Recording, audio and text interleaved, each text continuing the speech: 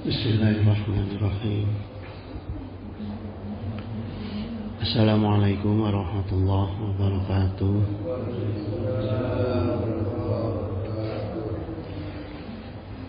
Alhamdulillah allazi fadala bani Adam bil ilmi wal amal. Wassalatu wassalamu ala sayyidina Muhammadin wa ala alihi wa sahbihi wa tabi'ina lahum bi ihsanin ila akhiril ayam. Amma ba'd, raditu billahi rabba wa bi islami dina wa bi Muhammadin nabiyya wa rasula. Rabbana zidna ilman wa zukna fahman wa ja'alna minas sholihin. Hadratal muhtaramin, summa ila hadratil kiram min jami' syuyukhina ayyuhal mukarram sahibul fudala allazi yahduruna fi hadzal masjid jami'al manan afidakumullah wa riakum. Jadi jemaah hadanallah wa iyyakum, kajian subuh kita hari ini Al-Quran menyampaikan kalau kita minta itu dengan doa. Jadi kita meminta dengan doa, ya. Karena sungguh manusia itu baik hidup atau mati kan tidak akan pernah bisa itu lepas dari minta, lepas dari mohon, lepas dari doa, ya. Nah, kemudian apa bedanya minta dengan doa? Jadi kalau minta baik kepada Allah maupun kepada manusia itu kita sifati minta, gitu ya. Nah, kalau kita minta kepada manusia itu dalam Kamus Bahasa Indonesia, minta itu dijelaskan adalah perbuatan atau kata-kata yang tujuannya supaya diberi atau mendapatkan sesuatu, itu minta dalam Kamus Bahasa Indonesia, ya. Kalau secara lughah, bahasa dalam bahasa Arab, lughatul Arabiyah, minta itu tawassala, ya. Tasawwala, maaf.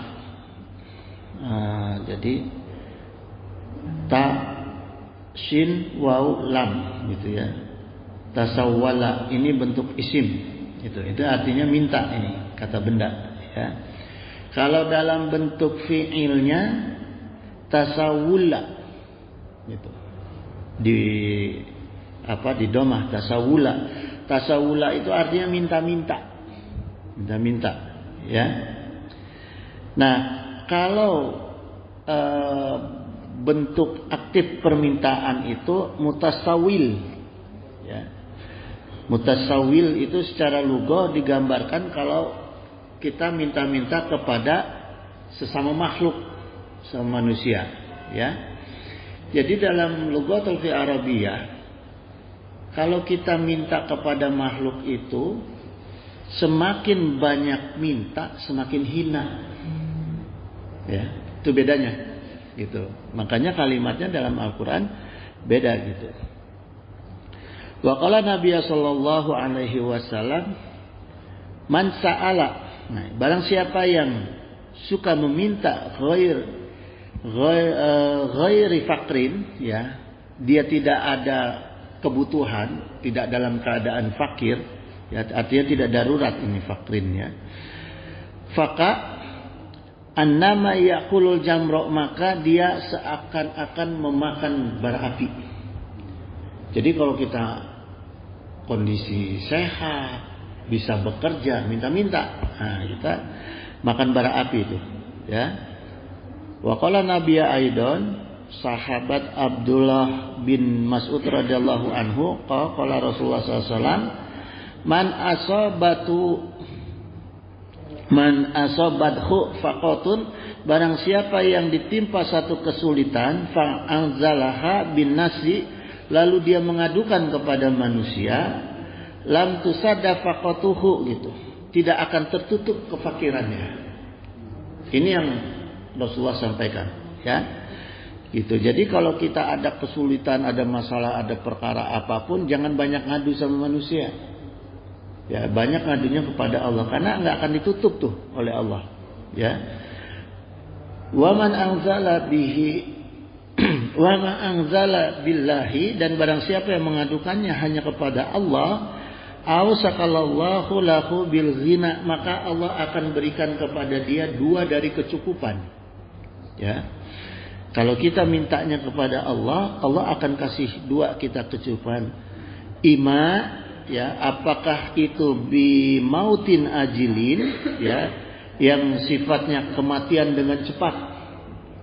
Jadi pertama, kalau kita minta Allah tuh, Allah cukupkan kita, kan kita saking udah nggak tahan nih, saking udah nggak tahan, ya, hidup kita ngadu pada Allah.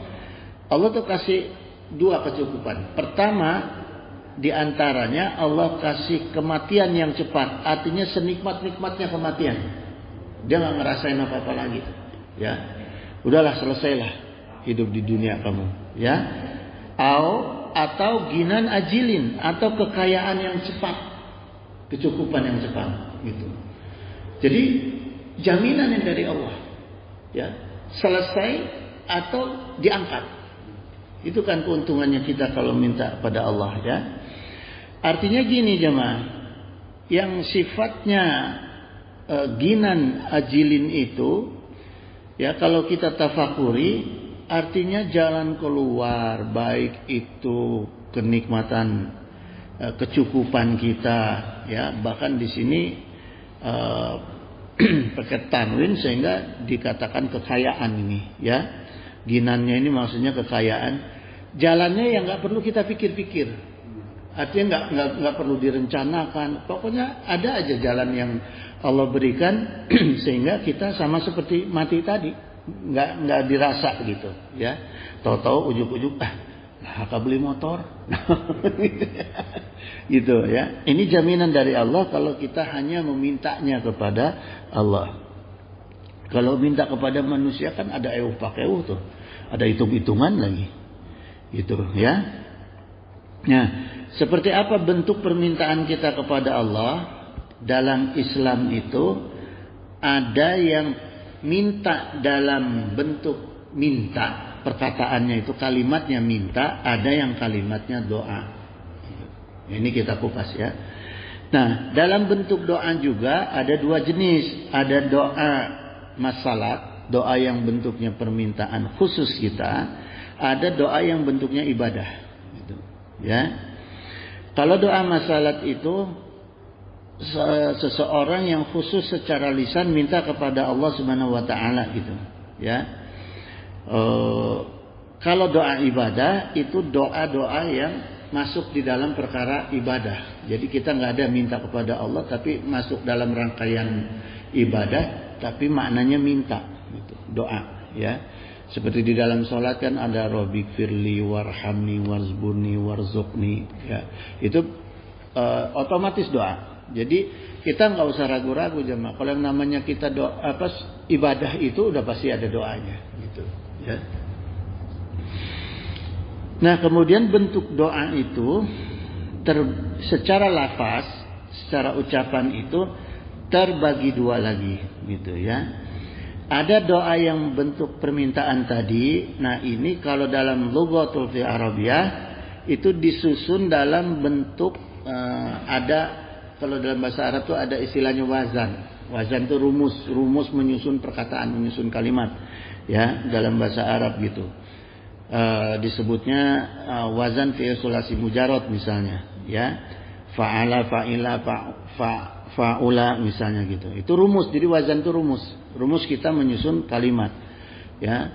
Misalnya wazan fa'ala, fa'ila, fa'ula itu kalau dalam ghafur, al-ghafur, al-ghafiro, al-ghafur, al-ghafiro, al-ghafaro, gitu. Jadi kalau orang Arab kalau nyusun kalimat tuh, maka satu kata bisa jadi berapa banyak kata, gitu, karena ada wazannya itu, ya. Seperti misalnya wazan ghafaro, ya. Fa'ala berarti ghafaro. Kalau ghafur fa'ala jadi ghafaro, gitu, ya. Innahu kana ghafaro gitu, ya. Ini dalam surat An-Nur, sungguh Allah Maha Pengampun gitu. Fa innaka ghafiru zanbil azim, ya. Sungguh Allah lah zat yang Maha Pengampun dosa yang besar gitu. Ghafiro itu, ya. Ghafurun. Nah, ghafurun itu ghafur rahimun gitu, ya. Allah yang Maha Pengampun lagi Maha Penyayang. Jadi kita ngikuti wazan gitu. Nah, kemudian wazan dasarnya ini, ya, ditambah dengan alif sinta kalau ini ingin kita meminta gitu, ya, ditambah alif sinta jadi istaf'ala gitu. Rumusnya itu, ya. Jadi istighfar itu ghafaro, ya, ditambah istaghfaro gitu, ya. Nah, istighfaro itu artinya jadi tolabul maghfirah gitu, ya. Jadi dari Maha Pengampun, jadi kita meminta ampunan pada Allah. Nah, maka ista itu artinya kita minta, ya, kalimat ista, istighfaro, istighosah gitu, ya. Istafhamu, minta pemahaman pada Allah gitu, ya. Nah, kalau bentuk maf'ulnya, kalau dalam bentuk maf'ul atau pekerjaannya astaghfiru, maka ada astagfirullah al-azim, itu kita mengerjakan permintaan. Artinya kita meminta sambil kita kerjakan kepada Allah secara lisan, kita minta diampuni kepada Allah. Jadi astagfirullahalazim. Nah, ini kalau kalimat minta dalam Al-Quran, ya. Kalau kalimat doa itu dalam lughah, ya, da'i asal katanya ini, ya. Jadi da'i yad'u dakwah, menyeru, memanggil dan menyampaikan, ya. Kemudian ada wazan da'i yad'u doa gitu, menyeru, memanggil dan bermohon, berdoa, ya. Nah, dari sini kita bisa memperjelas lagi bagaimana kedudukan doa kita gitu, ya. Maknanya gini jamaah, kalau permintaan itu biasanya dalam waktu-waktu singkat, karena ista itu, ya, singkat-singkat aja kita gitu, atau kebanyakan permintaan yang dijadikan sifatnya wiridan gitu, ya, pakai ista tadi gitu. Nah, kalau doa itu kita langsung bermohon sini kepada Allah, ya. Diriwayatkan dalam Tirmizi, hadis Tirmizi, ya, Rasulullah SAW bersabda, doa itu kedudukannya adalah ibadah, intinya ibadah, ya. Doa muhul ibadah gitu. Intinya ibadah kita itu adalah doa. Nah, kemudian secara tauhid, ya, secara akidah, secara tauhid, dalam dalil bagaimana kita harusnya bisa mensejajarkan keakidahan kita dalam ibadah dan dalam doa. Jadi harus sebanding lurus ketika kita berdoa maupun beribadah gitu, ya. Karena ada hukumnya, yaitu tauhidullah wa ta'dimuhu gitu. Mengesahkan Allah dan mengagungkan Allah itu ghayata ta'dimi gitu, ya. Dengan sepenuhnya, artinya kita meminta kepada Allah secara maksimal. Jadi jangan ada rasa kalau ada orang lain atau pihak lain yang bisa memberi kecukupan kepada kita. Sama seperti kita beribadah, kan kita tidak boleh ada rasa, pikiran atau dalam hati kita bahwa ada selain Allah yang bisa kita sembah, bisa kita ibadahi. Begitupun dengan doa gitu. Jadi ketika kita berdoa, kita harus benar-benar ainul yakin bahwa tidak ada pihak manapun selain Allah yang bisa mengijabah, mengabulkan, ya, keinginan apa yang kita sampaikan gitu, kecuali Allah, illallah, ya. Jadi doa juga ada perkara akidahnya gitu jemaah. Ma'ataduli wal khudu'i lahu gitu, ya. Serta dalam keadaan doa kita itu harus mau menghinakan diri kepada Allah dan menundukkan jiwa kita kepada Allah. Artinya benar-benar kita menyampaikan kepada Allah. Kadang-kadang gini, saya analoginya gini jemaah, ya. Kalau saya suka perhatiin sengaja keliling lihat pengemis itu, ya. Bahasanya itu menjatuhkan dirinya ampun-ampunan tuh kadang-kadang tuh. Orang yang mengemis coba aja. Orang yang mengemis ke makhluk kayak gitu bahasanya, menjatuhkan diri. Ya. Hari ke Allah enggak. Nah, kita jangan begitu. Ya. Kalau kita ada hubungan antar manusia hablum minannas sederhana aja. Apa keperluan kita sampaikan gitu. Tapi tidak usah tadayul, tidak usah merendahkan diri. Kalau kepada Allah kita harus merendahkan diri kita gitu, ya. Harus tadalul, harus hudu, benar-benar kita menjatuhkan jiwa kita sesungguhnya di hadapan Allah gitu, ya. Gitu. Jadi ta'zim itu kita mengagukan Allah, tadalul itu menghinakan diri kepada Allah, wal khudu itu artinya kita menundukkan jiwa kita kepada Allah gitu, ya.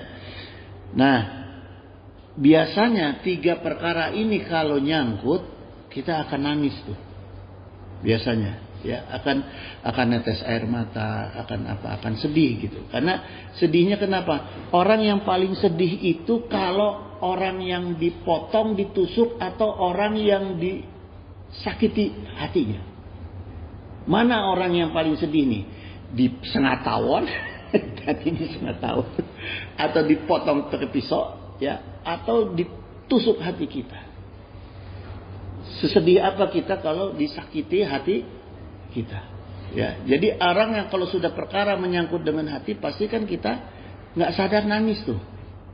Bahagia saking masuk ke hati nggak sadar nangis. Gitu juga doa, gitu. Jadi ketika kita berdoa sama Allah itu yang paling baik ketika kita dengan sifat tadi, khudu wa tadallul tadi, ta'zim tadi, kemudian akhirnya kita nggak sadar nangis. Itu yang insya Allah nggak bakal lama ijabah itu, nggak akan lama ijabah, insya Allah, ya. Itu artinya dalil akidahnya, gitu, ya. Kemudian jamaah ada praktek ibadah, ya. Yang sejajar dengan doa. Praktek ibadah yang sejajar dengan doa, ya.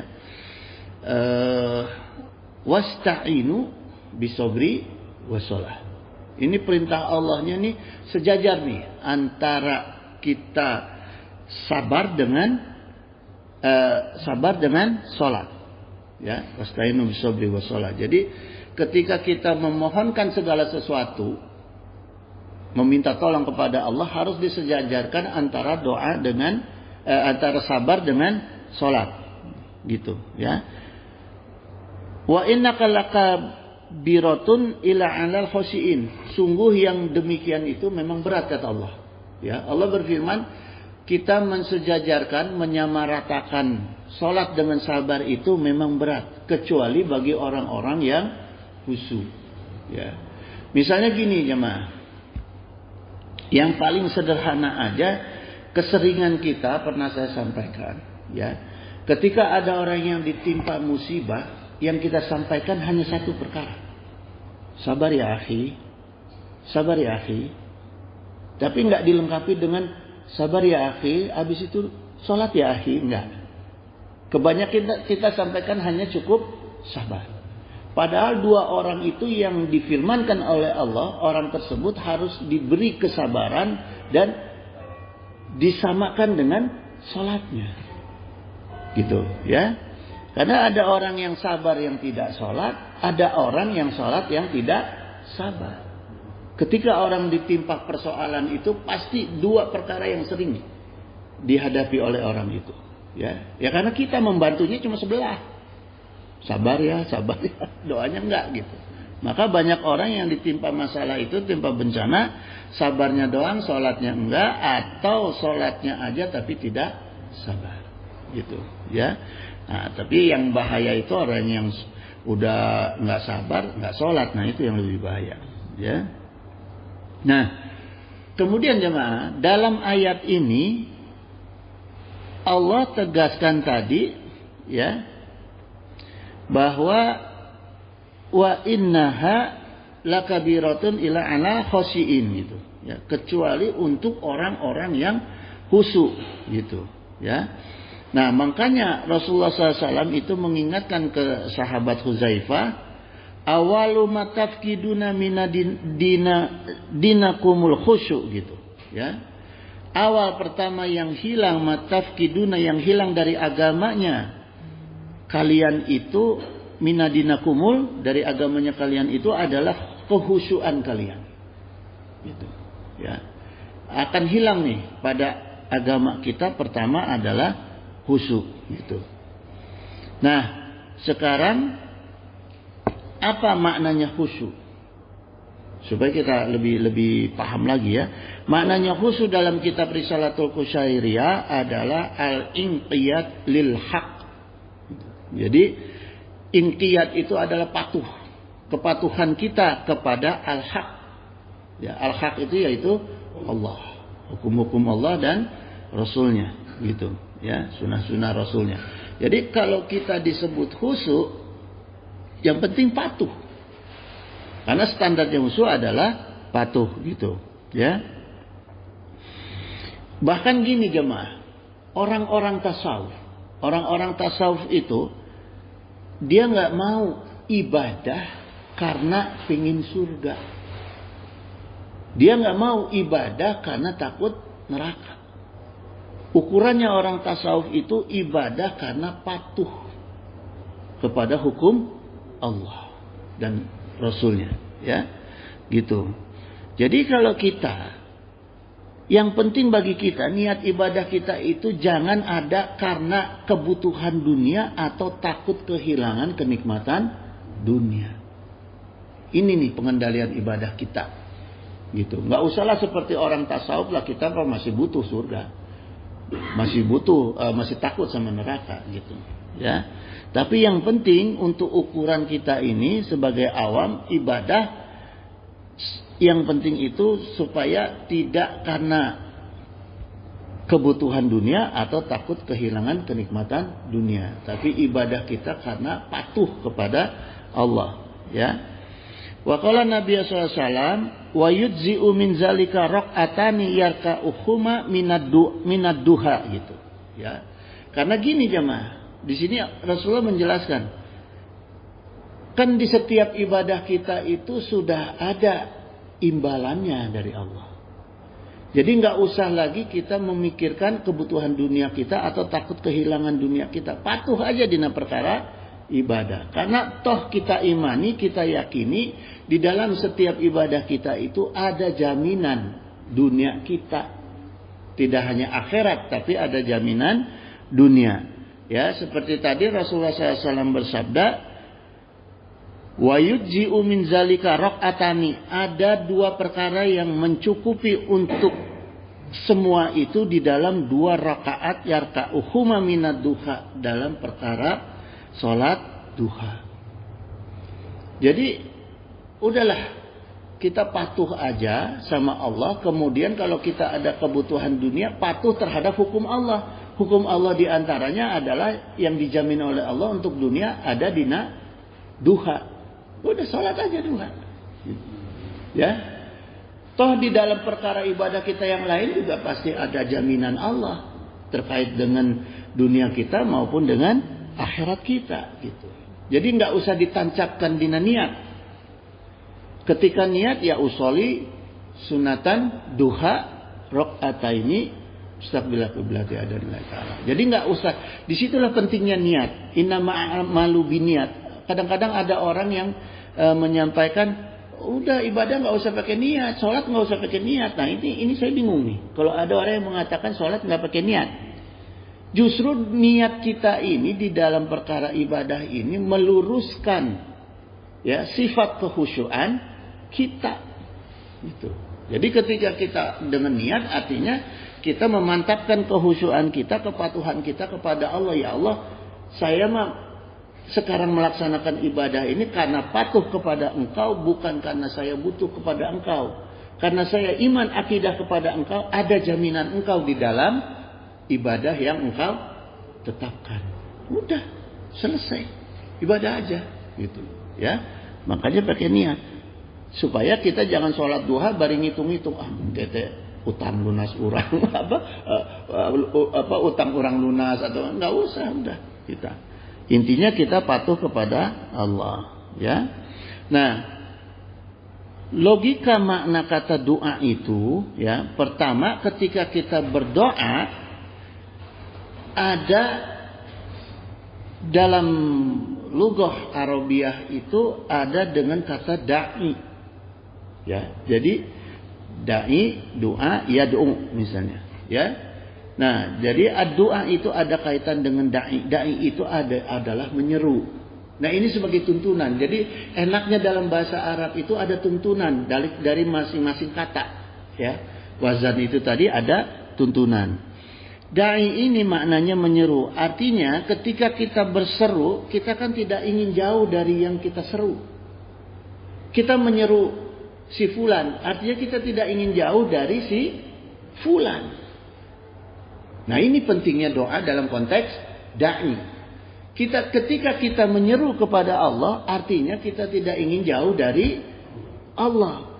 Tujuannya supaya diijabah semua keinginan kita, doa kita. Makanya kelakuan kita jangan menjauh dari keinginan Allah. Ini ada rangkaiannya, jemaah. Tidak hanya kita berdoa Allahumma, tapi kelakuan kita menjauh. Ya. Jadi kita jangan suudzon sama Allah, kok saya nggak diijabah terus di doa saya, padahal udah nangis. Ya nangisnya waktu berdoa wungkul. Hari-harinya menjauh dari Allah. Nggak cukup kata doa dari wazan da'inya. Gitu jemaah. Ya. Gitu, maka supaya kita diijabah oleh Allah doa kita itu harus ada rangkaiannya. Rangkaian dari perjalanan kehidupan kita itu, ya. Nah, makanya di dalam konteks doa itu, ya, kalimat-kalimat doa dalam lughah Arabiah itu dimulai dengan kata kalimat an-nida namanya. Ya, huruf nida. Ya. Huruf ya itu disebutnya huruf nida. Huruf nida yang menyampaikan huruf seruan. Huruf yang menyeru. Ya Allah, ya akhi, ya wal, ya wad misalnya, ya. Itu panggilan, berseru. Makanya pakai ya gitu. Ya. Misalnya kita berseru kepada Allah, agisna ya Allah, ya ilahi ya Rabbi misalnya. Agisna tolonglah hamba ya Allah misalnya gitu, ya. Nah, itu pakai ya gitu. Nah, cuma jamaah dalam konteks bahasa Arab, kebanyakan bahasa Arab sebelum datangnya Islam, iya-nya itu, huruf nida itu kebanyakan dipakai untuk memanggil makhluk. Ya ami, hai pamanku, ya akhi, hai saudaraku, ya. Ya tolibu, hai mahasiswa gitu. Jadi sesama makhluk itu tidak ada perbedaan jadinya antara yang kita tinggikan dengan yang kita sejajarkan. Semuanya diratakan dengan ya gitu, ya. Dengan adat nida disebutnya itu wahai. Jadi wahai, hai gitu. Nah, untuk itu oleh ulama-ulama lughah, ya, dirubah nidanya itu dihilangkan. Sehingga yang kita pentingkan karena sifat ta'zim tadi kita kepada Allah, kita kedepankan. Jadi Allahnya kita kedepankan. Iya-nya hilang jadi Allahumma gitu, ya. Ya-nya diganti dengan mim gitu. Mim 2 gitu, ya. Karena gini jemaah, ini ada nilai psikologis dalam penyusunan kalimat. Ya, kalau saya pelajari nih, kalau saya tafakuri. Misalnya begini, kita manggil Bapak, hei Bapak, wahai Bapak misalnya. Konsonan kita bisa keras nggak? Bisa kan? Membentak bisa nggak? Bisa kan? Karena hai-nya duluan. Kalau kita ngamuk di jalan juga, duluan. Coba kalau bapaknya kita duluin, kata bapaknya kita duluin, bisa nggak kita agak membentak? Agak susah. Bapak. Ya kan? Kalau bapaknya kita duluin agak susah. Tapi kalau hai-nya duluan, panggilannya duluan, bisa membentak. Gitu, ya. Artinya ada kandungan kesopanan, ada kandungan nilai-nilai ketasawufan di situ, ya. Maka oleh ulama, karena ada kaidah tasawuf dalam Islam, dirubahlah secara lugah. Huruf nidanya dihilangkan, diganti dengan Allahnya yang kita kedepankan sebagai bentuk takzim kita kepada Allah, gitu, ya. Allahumma irhamna, ya. Bahasa orang Arab itu kan kalau ngomong keras-keras. Tapi kalau dia udah Allahnya di depan, dia nggak bisa keras itu. Di Medan keras-keras, keras-keras. Tapi kalau bapaknya di depan susah ngomong keras. Gitu ya, jangan. Jadi ini ada psikologis lughah, ya, psikologis lughah gitu. Ya. Maka Yusuf Al-Bukhari bin Al-Azhar menjelaskan bahwa kata Allahumma, ayat Allah, yaitu haza asluha fakhudifat yanida. Itulah asal dari menghilangkan bentuk huruf ya, huruf nida, huruf panggilan, ya. Wazalika ya kasurata istiqmal, dan huruf ya itu begitu besar karena huruf ya itu begitu besar penggunaannya di kalangan bangsa Arab yang untuk memanggil sesama makhluk, gitu, ya. Maka untuk membedakan komunikasi kita dengan sesama makhluk dan dengan Allah, ya, walati yamuni bizikri, gitu. Dan yang tadi sudah saya sampaikan, ismilah qabla adatin nida, ya, untuk menyeru nama Allah yang sebelumnya ditandai dengan huruf nida, ya, wa uwidot an hal mim, diganti dengan huruf mim. Jadi ya-nya hilang karena di depan dihilangkan, ditaruh di tengah tidak ya tapi diganti dengan mim, gitu, ya. Karena ya-nya itu ya alif, makanya mimnya juga tasjid. Kan ya alif itu dua huruf, ya sama alif, ya. Makanya mimnya juga dua tasjid supaya sama panggilannya, nilai nidanya sama, gitu, ya. Allahumma, ya, gitu. Gitu jemaah. Kemudian menurut Imam Shalahuddin, mim itu, ini kalau saya jelasin secara lughahnya panjang ini mengenai Allahumma, kupasannya panjang. Tapi saya singkatin aja. Imam Shalahuddin, huruf mim itu diambil dari inisial nama Muhammad sallallahu alaihi wasallam. Muhammad, ya, mimnya tasjid, gitu. Jadi gini, kata Allahumma itu juga bermakna wahai Allah yang kami kenal dari Muhammad sallallahu alaihi wasallam. Makanya mimnya tasjid, ya, ya-nya diganti mim, gitu, ya. Kullu hadzalahu gharudun, semua ini tentunya punya tujuan. Jadi huruf nida ya diganti dengan mim ini punya tujuan. Pertama untuk tayamun, bukan tayamum, tayamun pakai nun, ya. Tayamun itu adalah bertabaruk minallah. Kita mengalap berkah dari Allah. Jadi kalau kita berdoa kepada Allah, selain meminta, kita juga ada maknanya mengalap berkah pada Allah, ya. Gitu. Kemudian huruf mim pengganti huruf ya itu, ya, orang yang berdoa dengan Allahumma itu kala anadat da'iyatu jami'atu qalbihi alallahi, gitu, ya. Seperti orang yang mengumpulkan semua maksudnya di dalam hatinya dan pikirannya, ya. Orang bahasa Sundana teh kekeh, gitu, ya. Orang yang kekeh, gitu, orang kuat tujuannya, ya. Tujuannya untuk menyampaikan maksudnya supaya dikabul sama Allah, ya. Difokuskan hanya kepada Allah. Itu pengganti huruf ya dengan mim. Artinya kita benar-benar kuat, gitu, ya. Karena begini jemaah, kalau kita berseru kadang ada capeknya tuh. Hei fulan, ta'al, hei fulan, ta'al. Si fulannya nggak datang-datang, selesai kita. Ya, udah selesai. Atau kalau dia kabur ya udah selesai. Tapi maknanya Allahumma dengan mim ini diganti, maksudnya jangan ada berhentinya. Gitu. Kalau ya bisa berhenti. Kalau dengan mim kita berdoa sama Allah itu jangan ada berhentinya. Allahumma ini as'aluka rizqan, saya minta rizki kepada Allah, ya. Karena pakai Allahumma ya terus aja. Gitu. Artinya maknanya juga jangan ada suudzonnya kepada Allah ketika kita berdoa kepada Allah. Alhamdulillah. Gitu ya jemaah. Jadi jangan misalnya ongkoh kita minta kepada Allah tapi nggak serius. Nah, itu kan bertolak belakang dengan doa kita gitu ya. Jadi inilah mana-mana doa sehingga kita bisa paham tidak suudzon kepada Allah. Kenapa kok kita nggak diijabah nih sama Allah? Kita minta apa doa? Gitu. Kalau minta ya ista tadi, gitu ya. Kemudian ada doa yang disampaikan di dalam sholat, di dalam ibadah sholat. Kalau Allahumma di luar sholat, gitu ya.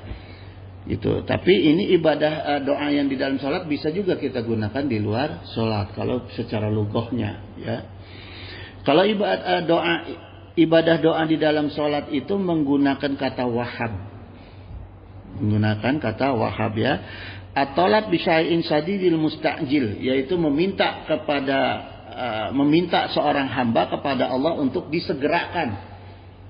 Jadi kalau kita doa di dalam sholat robana itu minta supaya disegerakan doa, diijabahnya itu, ya, dicepatkan gitu, ya. Maka wahabnya itu disingkat menjadi hab, gitu, ya. Robi habli.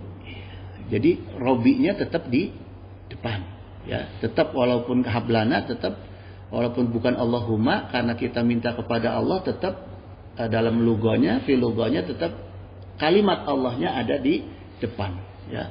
Robbi habli atau Rabbana hablana, gitu ya. Hunalika da'a Zakaria Robba, gitu. Qala Robbi habli. Nah ini doanya Kanjeng Nabi Zakaria, ya, itu juga menggunakan Robbi habli, gitu. Kalimat Robbi habli ini yang dicontohkan di dalam Al-Quran. Kalau jamaknya Rabbana hablana, ya. Rabbi habli, ya Allah, ya Tuhanku yang maha pemberi tanpa batas, gitu, ya. Jadi yang dimaksud dengan habli juga adalah Allah yang maha memberi tanpa batas. Beda dengan makhluk. Kalau makhluk ada batasnya. Nggak mungkin makhluk bisa memberi apa yang kita inginkan. Kadang-kadang setengahnya, seperempatnya. Kalau Allah nggak ada batasnya ngasih sama kita. Makanya Rabbi habli, ya. Miladunka zuriyatan thayyibatan. Ini satu contoh doanya Kanjeng Nabi Zakaria. Beliau minta kepada Allah sebagai pemberi yang tanpa batas, yaitu minta supaya diberi keturunan yang thayyibatan, yang baik, ya. Karena tanpa batas makanya pakai tanwin di belakangnya, artinya luas, tanpa batas, gitu, dijamain kalimatnya, ya. Jadi zuriatan thayyibatan, ya Allah berikanlah aku keturunan yang baiknya tanpa batas, baiknya yang banyak, gitu, ya. Innaka sami'ud du'a, sungguh engkau itu maha pendengar doa. Nah, Kanjeng Nabi Zakaria ketika berdoa kepada Allah sedang berdiri dalam keadaan sholat, diijabahku Allah. Diijabahku Allah, fanadathul malaikatu. Kemudian malaikat Jibril datang, ya, memanggil kepada Kanjeng Nabi Zakaria, wa huwa qaimun yusolli fil mihrab. Sementara Kanjeng Nabi Zakaria itu sedang sholat berdiri di mihrabnya, gitu, ya. Jadi masih berdiri sholat Kanjeng Nabi Zakaria. Masih dalam keadaan sholat, sudah diijabahku Allah. Sudah turun, sudah dijabahku Allah. Kemudian berkata malaikat, innallaha yubasyiruka bi Yahya. Gitu, ya. Sungguh Allah itu menggembirakan kamu dengan lahirnya Yahya. Kan yang diminta oleh Kanjeng Nabi Zakaria itu keturunan yang soleh, yang baik. Dilebihin sama Allah, dikasihnya nabi. Minta orang soleh, dikasihnya pangkatnya nabi, gitu. Ya ini kalau makanya doa dalam sholat pakai Rabbi habli, pakai hab, wahab, gitu. Ya dilebihin sama Allah nih. Musaddiqan bi kalimatin minallah, yang membenarkan kalimat, artinya ini dakwah, ya, naba, memberi berita dari Allah. yang datang dari Allah, wasaidan wahasyuran, ya, wa nabiyan minas solihan, gitu. Dan seorang nabi serta keturunan orang-orang yang soleh, wasolihana, gitu, orang-orang yang soleh, gitu, ya. Jadi dilebihin nih, mintanya soleh dikasihnya nabi, ya. Nah, sekarang begini jemaah, ini kalau kita ambil tafakur dari ayat ini, ya, Kanjeng Nabi Zakaria itu doanya diijabah ketika berdiri dalam keadaan sholat. Kalau kita gimana? Ya, kalau kita mau berdoa dengan Robbi habli, Robbana hablana, ini dalam keadaan gimana? Apakah berdiri? Sholat. Bisa nggak kita doa juga di dalam sholat? Bisa. Ya. Karena ada tuntunannya. Kita patuh kepada tuntunan Allah dan Rasulnya. Aqrabu ma yakunul abdi min rabbihi wa huwa sajidan. Ya. Jadi yang Rasulullah SAW ajarkan, seorang hamba berada paling dekat dengan Rabbnya ketika dia sedang bersujud. Jadi kalau kita mau banyak doa dalam keadaan sujud. Ini yang diajarkan. Nabi berdiri, kita sujud. Kan pangkat kita lebih rendah dari Nabi. Masa mau gaya-gayaan seperti Nabi? Ya, kita sujud yang diajarin. Ya, kita sujud tuh. Fa'aksiru du'a, maka perbanyaklah berdoa. Gitu. Nah, dijamin juga oleh Rasulullah SAW, mamin muslimin yasjudullaha sajdatan. Ya. Seorang muslim yang bersujud kepada Allah satu kali saja, ya, sajdatan ini maksudnya mufrad, ya, satu kali saja, ila rafa'ahullahu biha darajah, kecuali Allah akan mengangkat derajatnya, wa khata'anhu biha sayi'atan, dan Allah akan hilangkan kejelekan-kejelekan dari dirinya. Derajatnya diangkat, kejelekan kita dihilangkan. Gitu. Jadi kita diajarkan untuk banyak berdoa ketika sholat. Nah, hikmah dari ayat tadi juga, Nabi Zakaria berdiri sholatnya di mihrab. Maka usahakan di rumah kita itu ada mihrab. Walaupun hanya cukup dengan sejadah ditutup dengan kain pakai tali. Yang penting kita membuat mihrab, di mana kita mau sholat sunat untuk berdoa khusus kepada Allah. Ya, gitu. Jadi jangan di kamar ada istri. Karena ini yang dicontohkan oleh Kanjeng Nabi Zakaria di mihrab. Jadi kita bikin aja mihrab. Mau di kamar kek, kasih sajadah terus tali pakai kain gitu ya, supaya untuk kita khusus berdoa di situ. Nah, saat kita doa sambil sholat sunnah di mihrab, banyakin doanya Robbana hablana atau Robbi habli, yang kalimat-kalimat dengan Robbana, Robbi, yang Wahab, ya, banyak di Al-Quran, atau minta dari ulama susunan kalimatnya khusus untuk berdoa, kita meminta kepada Allah yang sifatnya khusus, gitu, ya. Ini yang diajarkan gitu. Gitu jemaah sekalian. Udah jam 5:30 lebih. Mudah-mudahan ini kajian kita mengenai permintaan dan doa ini jadi manfaat untuk kita ya.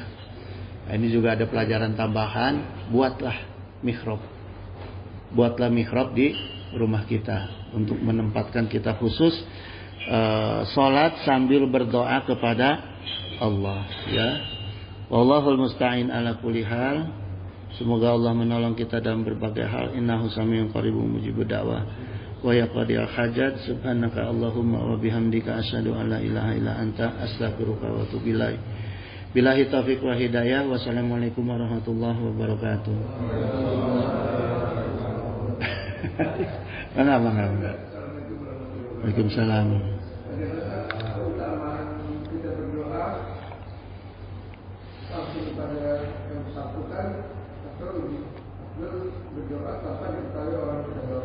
Maksudnya doa?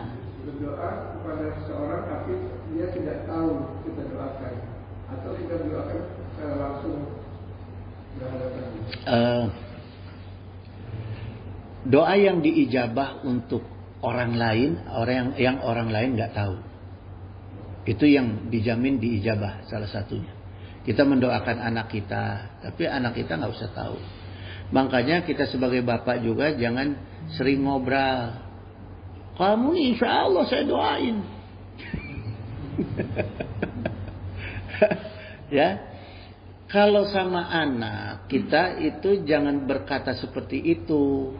Lebih baik kita mengajarkan dia sifatnya sehat. Jangan membanggakan bahwa kita ini sebagai bapak mendoakan dia. Ya, artinya karena yang diijabah itu takutnya gini. Jadi istilahnya kalau kita sudah mendoakan kemudian kita sampaikan itu jadi camal istilahnya doa nanti. Gitu. Ya, jadi camal gitu. Gitu. Jadi ya udahlah kalau doa mah kan kalau disampaikan berarti kita punya tujuan tuh. Entah imbalan, entah apa. Lebih baik nggak usah disampaikan lah. Ya. Ada lagi? Udah. Ya.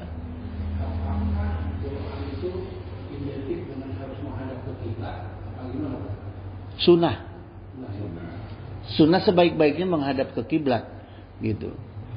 Tapi kiblat minal masyriq ilal maghrib. Jadi misalnya gini, arahnya ke sini nih. Tapi kita agak serong sama kiblat. Serong kanan, serong kiri sama kiblat kecuali berubah arah. Jadi kiblat itu minal masyriq ilal maghrib. Jadi sebetulnya punten jamaah ya, sajadah tuh nggak usah dibelok-belokin. Karena di mana ada Masjidil Haram, Masjid Nabawi yang jauh dari Mekah, kemudian Masjid Istiqlal, nggak pernah itu sejadah yang dibelok-belokin.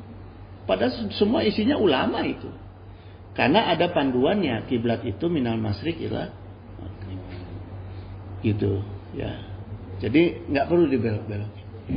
Sebetulnya gitu. Nggak perlu dimiring-miringin lah gitu. Yang penting arahnya adalah barat, arah kiblat gitu. Ya.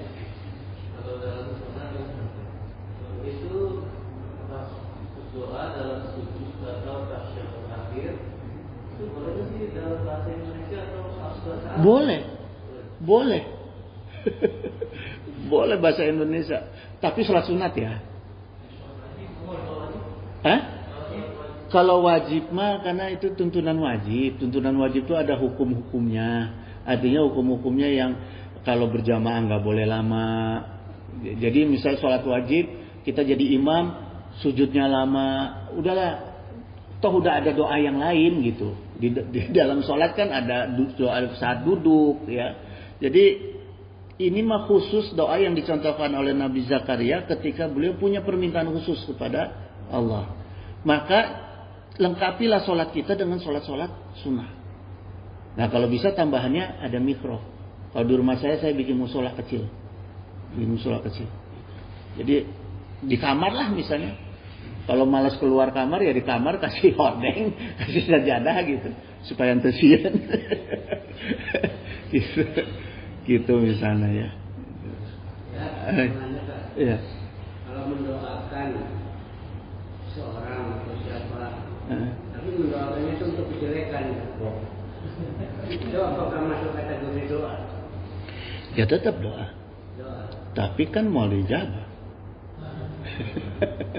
Tidak akan pernah diijabah dan kitanya mendapat dosa. Itu aja. Tapi kalau seperti Rasulullah berdoa kepada Allah minta supaya dua umat itu menjadi penolong aku, boleh. Misalnya kita kesal sama si fulan nih. Ya Allah, mudah-mudahan si fulan itu sadar dia jadi cinta sama saya. Dia jadi penolong saya secara syariat di alam dunia. Boleh. Ya, gitu. Tapi jangan doakan, ya Allah mudah-mudahan si fulan tuh cilaka, jangan. Supaya dia sadar, supaya dia jadi tunduk sama aku, patuh sama aku, boleh karena dicontohkan oleh Rasulullah gitu. Cuma yang kena Sayyidina Umar bin Khattab gitu. Ya. Dan sunnah juga mengangkat tangan gitu jemaah. Ada lagi yang bertanya? Saya mau tutup doa. Allahumma salli wa sallim wa barik ala sayyidina wa syafi'ina wa habibina maulana Muhammad wa sallim wa radiyallahu ta'ala an sadatina sahabi sayyidina Rasulillahi azma'in. Amin ya Allah ya muliku da'wati sa'ilin. Allahumma inna nas'aluka minan ni'amati tamamaha wa mina ismati dawamaha wa mina rahmati sumulaha wa mina aqiyati fusulaha wa mina aishi argodah wa mina umuri as'adah wa mina isani atamah wa mina in'ami a'amah wa min fadli azabah wa min lutfi anfa'ah. Allahumma kun lana wa la takun alaina.